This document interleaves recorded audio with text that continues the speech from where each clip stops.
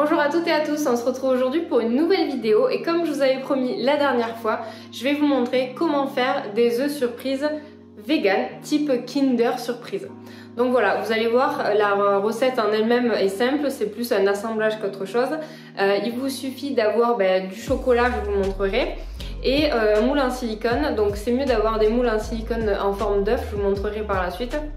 Après, si vous n'avez pas ce genre de moule, vous pouvez très bien faire avec des moules individuels d'une autre forme, c'est pas trop grave, du moment que si vous voulez mettre une petite surprise à l'intérieur, ça rentre dedans. Donc essayez de voir en mettant deux moules comme ça, si le petit truc que vous voulez mettre à l'intérieur, ça rentre. Donc voilà, je vous laisse tout de suite avec la vidéo. Comme d'habitude, n'hésitez pas à mettre un petit pouce, ça me fait super plaisir, à commenter, je répondrai à tout le monde et à vous abonner. Je suis super contente, nous avons dépassé les 1000 abonnés, c'est génial. Donc voilà, continuez à vous abonner, ça me fait toujours super plaisir et je vous dis à très bientôt. Donc pour la recette, il vous faudra tout simplement du chocolat au lait vegan. Donc là, j'ai pris à Auchan celui-là et c'est à base de lait de coco. Donc après, vous pouvez en trouver un magasin bio ou sinon vous pouvez aussi utiliser du chocolat noir. Ensuite, j'ai pris du chocolat blanc vegan. Alors celui-là, c'est du golden, donc il est un peu en version caramel. Mais sinon, vous trouvez aussi du normal en magasin bio. Et après, dans ma vidéo précédente, j'ai fait une vidéo pour vous montrer comment on fait du chocolat blanc maison. Donc je vous laisserai dans la barre d'infos et au-dessus de la vidéo le lien pour aller la voir. Comme ça, si vous voulez, vous pouvez faire vous-même votre chocolat blanc parce que je trouve que c'est quand même relativement compliqué des fois d'en trouver un magasin. Voilà. Ensuite, il vous faudra 2 bols pour faire fondre au bain-marie votre chocolat. Et ensuite, il vous faudra un moule en silicone. Donc moi, c'est un moule en forme d'œuf comme ça. Après, vous pouvez choisir une autre forme que vous voudrez, ça reviendra au même. Voilà. Alors moi, ce moule-là, je l'ai acheté sur le site d'Aromazone. Il sert aussi bien pour les cosmétiques que pour l'alimentaire.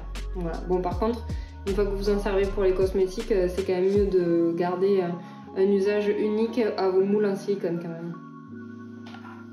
Dans un bol qui est dans un bain-marie, on va mettre une part de chocolat au lait vegan qu'on va couper en petits morceaux et on va le faire fondre donc au bain-marie. Alors là, j'en ai pas mis beaucoup parce que je vais pas en faire beaucoup.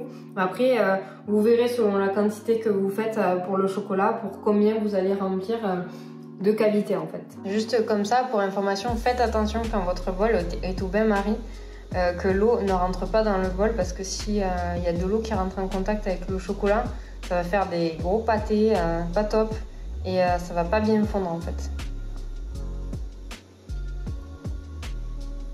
Une fois que votre chocolat est bien fondu, on va pouvoir le mettre dans les cavités. Donc moi je mets à peu près une cuillère par cavité. Oups. Et ensuite avec un petit pinceau comme ça, je vais remonter pour bien napper tout le moule en silicone. Il faut bien remonter sur les bords pour que quand vous allez après les souder ensemble, ils soient bien... il n'y ait pas de trous quoi. Donc là, je sais pas si vous allez voir, j'en ai mis partout. Ah, il manque un chouïa là. Voilà, donc on va faire les autres cavités et ensuite on mettra au frigo. Donc pour une cavité, il vous faudra environ, vous voyez, une bonne cuillère à café de chocolat. Après, ça dépend en fait de la taille de vos moules évidemment. Donc vous adaptez. Au pire, vaut mieux pas en mettre beaucoup et après vous rajoutez une cuillère s'il faut quoi. Comme je disais, vous pouvez aussi très bien utiliser du chocolat noir en fait pour faire la première couche. Ou même utiliser juste du chocolat noir et les refermer. Et ça fera un œuf surprise que au chocolat noir. Tout le monde n'aime pas le chocolat blanc donc... Je vais utiliser un autre moule en silicone que j'ai trouvé en forme... ça fait des petites boules comme ça. Ça peut être sympa pour les petits chocolats aussi.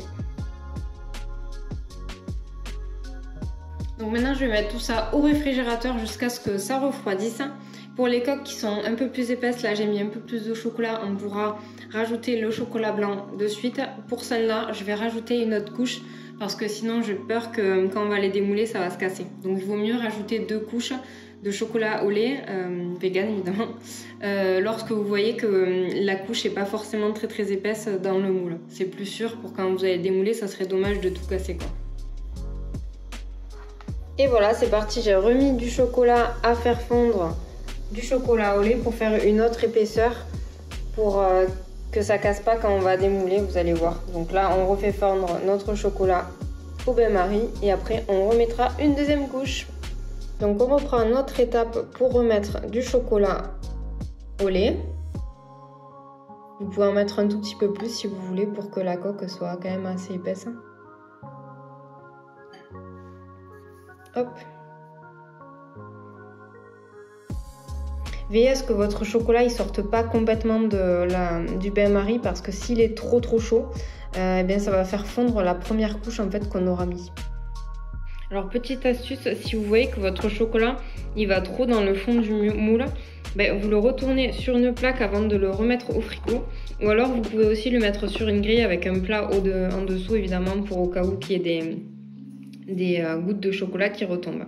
Donc c'est parti, on va remettre ça au frigo et ensuite on fera fondre le chocolat blanc. Donc maintenant je vais commencer à faire chauffer mon chocolat blanc pour le faire fondre.